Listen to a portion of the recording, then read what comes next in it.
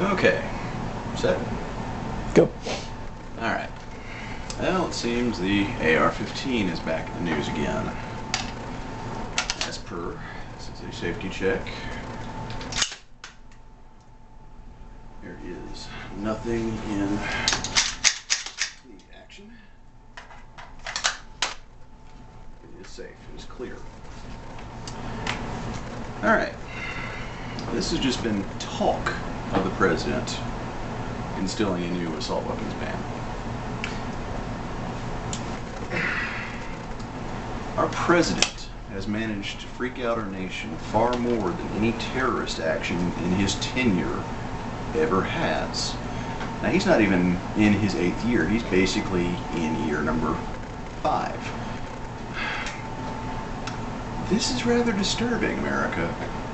I wish I could laugh about that one. Yeah, this particular rifle, and many others like it, you cannot find in gun stores anymore. The most prolific rifle in the United States, both continental and the Alaskan state of Alaska, as well as Hawaii. You cannot get it. Well, that, for one, is a little bit disturbing, as this is the most common rifle here on U.S. shores. Not the most common rifle in the world, but still. Okay, barring this.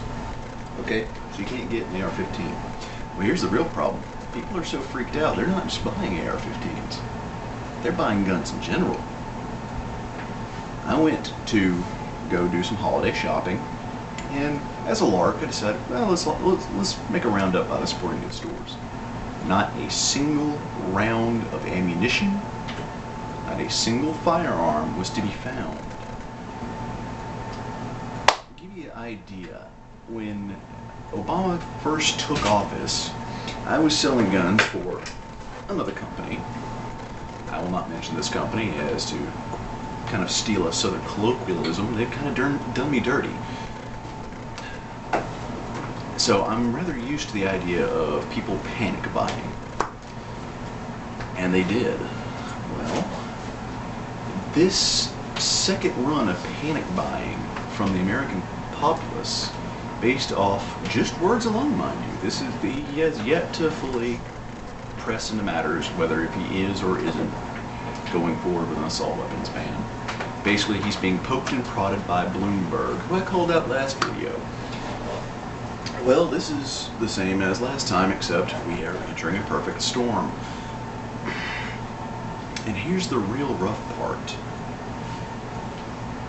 When pressed into it, when it came to the petitions that we Americans put forth, he addressed them. The president himself addressed them. The problem was 3 petitions out there, folks. 3 petitions with signatures over 25,000. We as Americans did pretty good. I mean, we really got on it. Guns America had the top petition with over 50,000 set. Problem is, when the president gave his quote-unquote answer, he used his power to take that petition away. That's right, our president basically said, sit down, shut up, I'm the one in control, you have no voice here. You have no voice, that's it. Boom. Okay, that's pretty brutal. We've got a president who's willing to take away your rights of free speech. This is no longer about gun rights. This is now about the right to free speech. This is about human rights. This man has violated human rights on several accounts. Just look up the National Defense Authorization Act. And here's the funny part. The last time there was a ban on so-called assault weapons, which they were not assault weapons, all we saw was a change in firearms. You couldn't get 30-round magazines, but you could still get magazines. You couldn't have adjustable butt stocks. You couldn't have flash hiders or forward grips.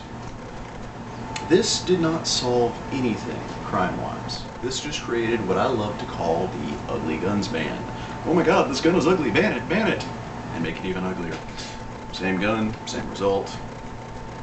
A psychopath could do with a 10-round magazine what he could do with a 30. Literally. a mag change with the AR-15 or any semi-automatic is that easy. Not a hard thing. And I was going slow, folks. If someone is possessed to the will of violence, or possessed of a disposition of a violent nature, regardless of his tools, whether a gun or a knife, they will commit violence. We can't go around blaming, as I've said before, violence on inanimate objects. Sure, this does look big and scary. You know what this knife does mostly? For me, it cuts rope. It allows me to fell small branches. That's all it does. My ARs, I shoot steel, I shoot paper. I'm not possessed of a violent disposition. Never have been. And most Americans like you are not either.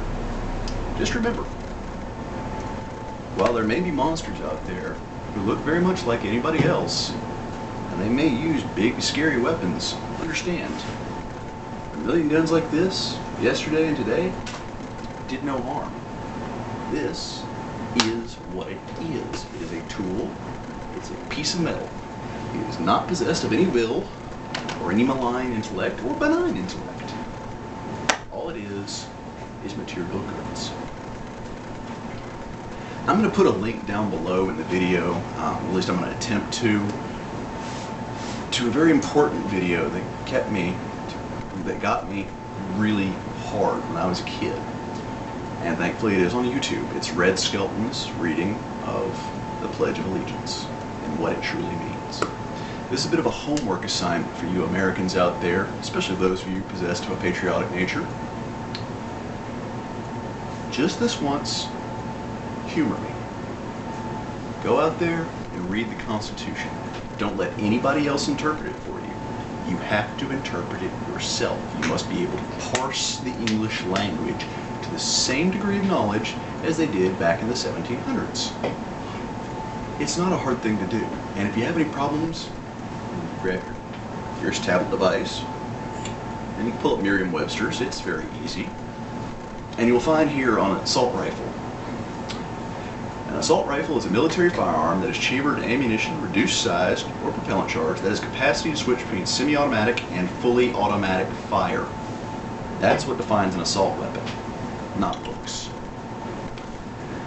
I'll be back later on down the road, hopefully sometime before next week, with a much more lighthearted video, talking a bit more about the insanity of shopping, not related to firearms, and with a few game reviews. Until then, I hope that you have a very Merry Christmas. I will try to see you before the New Year, but if I don't, Happy New Year. And one more thing, stay positive and always think for yourself, America.